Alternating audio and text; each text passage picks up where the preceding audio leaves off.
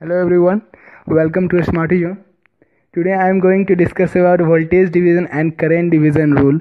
So मैं first of all यहाँ पर करंट डिवीजन रूल डिस्कस करूँगा, फिर उसके बाद मैं वोल्टेज डिवीजन रूल बताऊँगा, ठीक है। तो voltage division rule and current division rule बहुत ही इंपॉर्टेंट है आरआरबी के लिए, ठीक है। तो सबसे पहले यहाँ पर देखते हैं किस तरह से करंट डिवीजन रूल अप्लाई होता है यहाँ पर सर्किट में, उसके बाद इस सर्किट में अप्लाई करेंगे, ठीक है। तो फर्स्ट ऑफ ऑल मैं एक एग्जाम्पल ले रहा हूँ करंट डिवीजन रूल का। यहाँ पर एक रेजिस्टेंस है और एक यहाँ पे है, यहाँ पे एक करंट सोर्स है जो कि 15 एम्पीयर है। यहाँ पर 2 और यहाँ पर 3 ले रहा हूँ, बस वैल्यू मैं यहाँ पे ले रहा हूँ। इसमें एक I1 फ्लो कर रहा है और इसमें एक I2 फ्लो कर रहा है, ओके। तो यहाँ से मैं I1 फाइंड करने के लिए अगर मैं जा रहा हूँ सबसे पहले फर्स्ट ऑफ ऑल, तो I1 का फॉर्मूला यहाँ पर हो जाएगा। अगर एक एग्जांपल में इसको एग्जांपल मेंशन कर दे रहा हूँ, एग्जांपल एक, तो यहाँ पर आयन का फॉर्मूला होगा 15 इंटू 3 प्लस 2 प्लस 3, और जो वैल्यू होगा वो इसका आंसर होगा, ठीक है। तो यहाँ पर करना ये है, जिस मान लो कि मैं इसका आयन का वैल्यू फाइंड कर रहा हूँ, इसके जो अपोजिट साइड का जो रेसिस्टेंस होगा उससे टोटल करंट को इंटू कर देना है और डिवाइडेड बाय दोनों का जो प्लस होगा वो यहाँ पे कर देना है। सिंपली जब I2 के लिए फाइंड करेंगे इसी तरह से यहाँ पर करेंगे। I2 के लिए अपोजिट साइड ये हो जाएगा, तो यहाँ पर हो जाएगा 15 इंटू 2 प्लस 2 प्लस 3 हो जाएगा, ओके। तो ऐसे करना है, ठीक है। ये एक फॉर्मूला था, तो चलो इसमें अप्लाई करते हैं यही कॉन्सेप्ट, ओके। तो मैं इसको अंडरलाइन पहले कर दे रहा हूँ, ये हो गया। यहाँ पर देखिए एक 10 एम्पीयर जा रहा है और यहाँ पर 3 रेजिस्टेंस कनेक्टेड है पैरेलल में, ठीक है। यहाँ पर 2 था इसलिए इजी हो गया।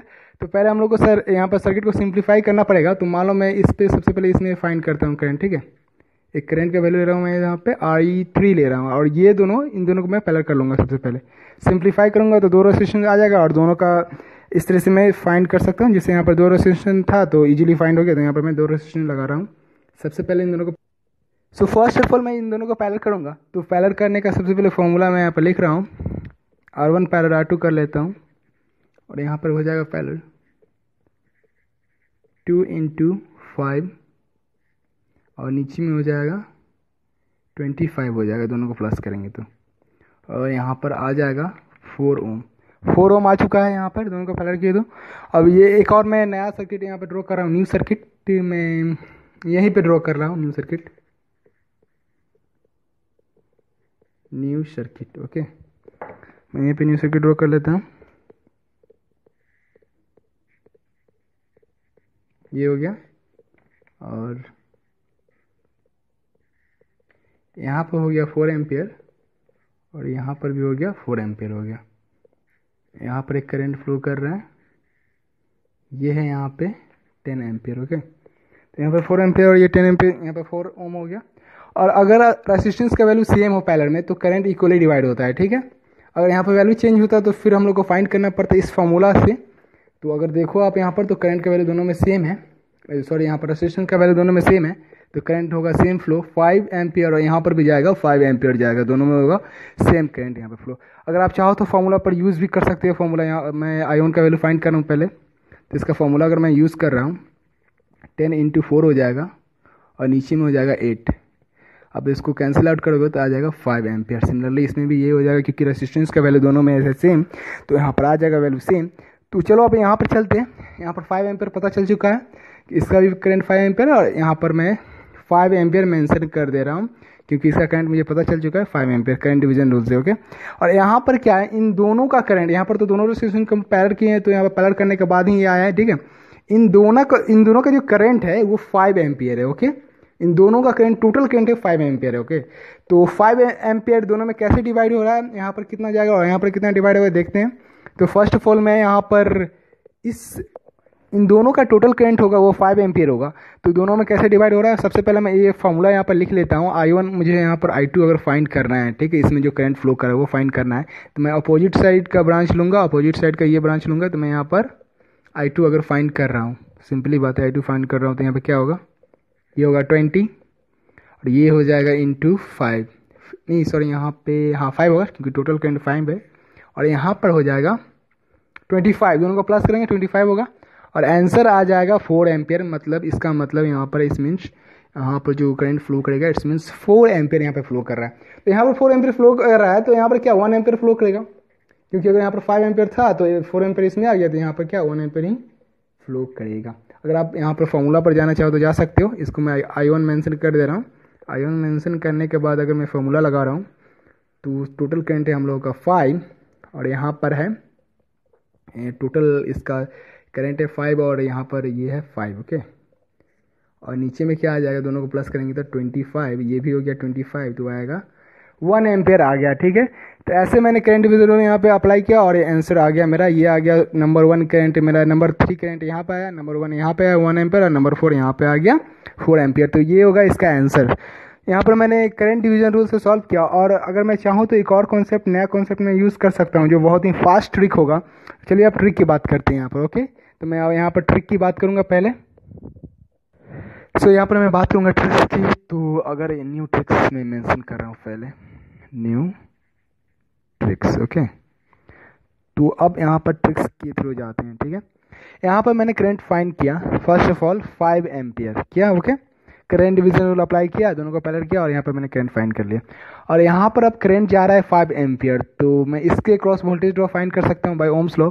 अगर मैं ओम्स लॉ की यहाँ पर बात कर रहा हूँ, ठीक है, ओम्स लॉ, ओम्स लॉ क्या होता है, I equal to V by R होता है। ठीक है, I equal to V by R होता है। और यहाँ पर मुझे वोल्टेज निकालना है, I पता चल चुका है, रेजिस्टेंस पता है, तो वोल्टेज यहाँ पर फाइंड हो जाएगा। तो मैं यहाँ पर एक पोलैरिटी मेंशन कर रहा हूँ और यहाँ पर मैं ओम्स लॉ अप्लाई कर रहा हूँ। तो ये हो गया, करंट है 5 एम्पियर, V तो फाइंड करना है और यहाँ पर रेजिस्टेंस का वैल्यू 4 एम्पियर। ठीक है, यहाँ से मैं V निकालूंगा, इजीली फाइंड हो जाएगा, दोनों को इंटू करूँगा, ये हो जाएगा 20 वोल्ट हो गया। ठीक है, 20 वोल्ट हो गया। यहाँ पर 20 वोल्ट मैं यहाँ पर मेंशन कर रहा हूँ, 20 वोल्ट हो गया। ठीक है, तो यहाँ पर इसका वोल्टेज पता चल चुका है। और पैरेलल में क्या होता है, वोल्टेज होता है सेम, प्लस माइनस पोलैरिटी। यहाँ पर भी वोल्टेज होगा 20 और यहाँ पर भी वोल्टेज होगा 20, रेजिस्टेंस भी 20 है और वोल्टेज भी यहाँ पर 20 हो जाएगा। अब चलो यहाँ पर ओम्स लॉ अप्लाई करते हैं। सबसे पहले यहाँ पर करंट मुझे नहीं पता, करंट मुझे 4 एम्पियर नहीं पता, यहाँ पर मुझे पता है रेजिस्टेंस का वैल्यू और यहाँ पर वोल्टेज पता है मुझे। तो यहाँ पर मैं करंट निकाल सकता हूँ 20 डिवाइडेड बाई 5, ये आ जाएगा 4, जो कि यहाँ पर आ चुका है 4 एम्पियर पहले से आ चुका है। ये ट्रिक हो गया। और एक और, अब यहाँ पर आते हैं, I1 का वैल्यू फाइंड करना। ये तो था I2 का वैल्यू था और ये था I3 का वैल्यू था। ठीक है, नहीं सॉरी, यहाँ तो वोल्टेज मैंने फाइंड किया, यहाँ पर मैंने वोल्टेज फाइंड किया, I3 तो होगा ही। और यहाँ पर I1 का वैल्यू फाइंड करना है, तो ये हो जाएगा 20, यहाँ पे हो जाएगा 20, दोनों को डिवाइड करेंगे आ जाएगा 1 एम्पेयर, आ गया 1 एम्पेयर, ये आ गया 1 एम्पेयर। तो यहाँ पर मैंने और एक ट्रिक बताया आपको जो सॉल्व कर सकते हो, बहुत ईजी होगा, एग्जाम में बहुत हेल्पफुल होगा और बहुत ही फास्ट आप वहाँ पर सॉल्व कर सकते हो। जब एग्जाम में आप देखोगे वहाँ पर तो मेंशन नहीं किया होता है कि हाँ करंट डिवीजन से फाइंड करो, या ऐसे कुछ मेंशन नहीं किया जाता है वहाँ पे। तो वहाँ पर आप दोनों कॉन्सेप्ट यूज़ कर सकते हैं जो आपको इजी लगे। और फास्ट मैं बोलूँगा यही फास्ट है जो मैंने अभी फाइंड किया, क्योंकि यहाँ पर मैंने करंट डिवीजन रूल फिर अप्लाई करना पड़ता। यहाँ पर डायरेक्टली मैंने वोल्टेज निकाला और सब में पहले में वोल्टेज होता है सेम, और इस तरीके से मैंने इसको फाइंड कर लिया। सो गाइस, बहुत ही इंपॉर्टेंट क्वेश्चन है आरआरबी जेईई के लिए। सो चलिए अब चलते हैं नेक्स्ट क्वेश्चन की ओर, जहाँ पर वोल्टेज डिवीजन रूल से हम लोग फाइंड करेंगे। पहले उसका कॉन्सेप्ट अप्लाई करेंगे उसमें वोल्टेज डिवीजन रूल से, और फिर उसको फाइंड करेंगे। ठीक है, चलिए चलते हैं नेक्स्ट क्वेश्चन की ओर। सो यहाँ पर आ चुके हैं नेक्स्ट क्वेश्चन। देखिए नेक्स्ट क्वेश्चन यहाँ पर क्या है, find the value of voltage across each resistance. ठीक है, यहाँ पर सारे रेसिस्टेंस के अक्रॉस वैल्यू फाइंड करना है। पोलैरिटी पहले मेंशन करता हूँ, प्लस माइनस, इसको मैं V1 मेंशन कर रहा हूँ, प्लस माइनस इसको मैं V2 मेंशन कर रहा हूँ, और यहाँ पे हो जाएगा प्लस माइनस, ये हो जाएगा अपना V3, हो गया V3। ओके, तो यहाँ पर मैं वोल्टेज डिवीजन रूल अप्लाई करूँगा। क्या अप्लाई करूँगा, वोल्टेज डिवीजन रूल, वोल्टेज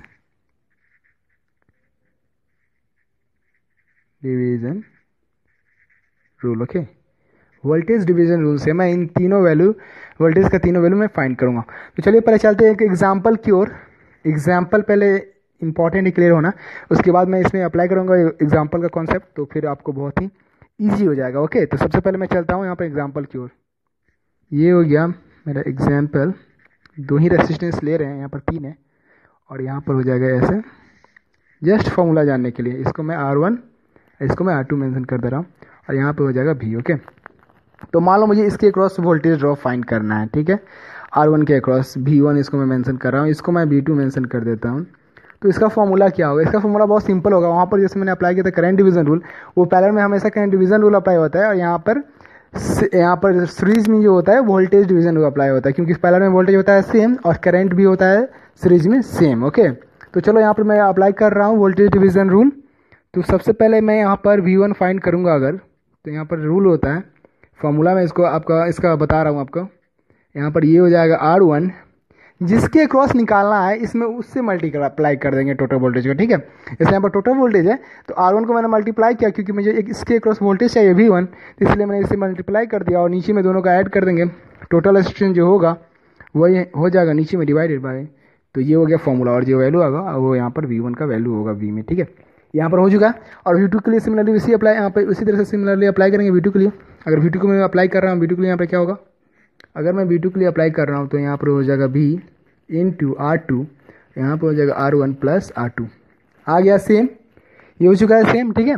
चलिए अब यहाँ पर चलते हैं इस क्वेश्चन में, इस कॉन्सेप्ट को अप्लाई करते हैं, फिर मैं ट्रिक्स भी बताऊंगा किस तरह से आप इसे भी बहुत इजी तरीके से सॉल्व कर सकते हैं without help of voltage division rule. Okay, तो चलिए पहले स्टार्ट करते हैं वोल्टेज डिवीजन रूल। तो अप्लाई करते हैं इसमें ये concept voltage division rule.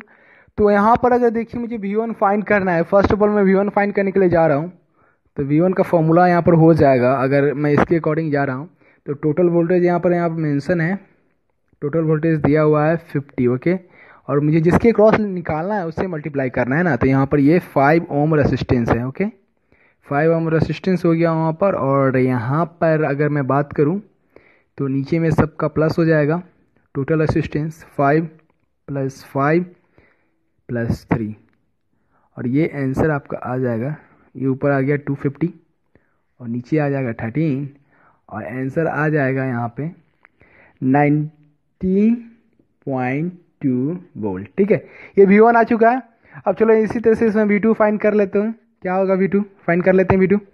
V2 का यहाँ पर हो जाएगा टोटल, V2 सेम होना चाहिए क्योंकि यहाँ पर दोनों रेसिस्टेंस सेम है, तो मैं यहाँ पर लिख दे रहा हूँ V2 भी होगा सेम, 5 + 5 + 3, और V2 भी हो जाएगा यहाँ पर सेम। ओके, 9.2 वोल्ट हो जाएगा V2, ये हो गया। और यहाँ पर V3 फाइंड करते हैं, तो V3 फाइंड करना और भी इजी हो गया है क्योंकि वोल्टेज यहाँ पर फॉर्मूला तो मैं पहले ही मेंशन कर चुका हूँ। यहाँ पर हो जाएगा 50 × 3 डिवाइडेड बाई 5 + 5 + 3, और ये यहाँ पर आंसर आ रहा है 11.58, ठीक है। 11.58 इसका वोल्टेज हो गया V3 का। तो ये तो था वोल्टेज डिवीजन रूल, जिसने मैंने यहाँ पर मैंने अप्लाई किया वोल्टेज डिवीजन रूल, और इस तरीके से मैंने वोल्टेज डिवीजन रूल से वैल्यू यहाँ पर फाइंड कर लिया, ठीक है। तो चलिए अब चलते हैं एक ट्रिक की तरफ, जो बहुत ही इजी ट्रिक होने वाला है इस क्वेश्चन में अप्लाई करने के लिए, बहुत ही फास्टेस्ट ट्रिक है। तो चलिए उस ट्रिक की तरफ चलते हैं।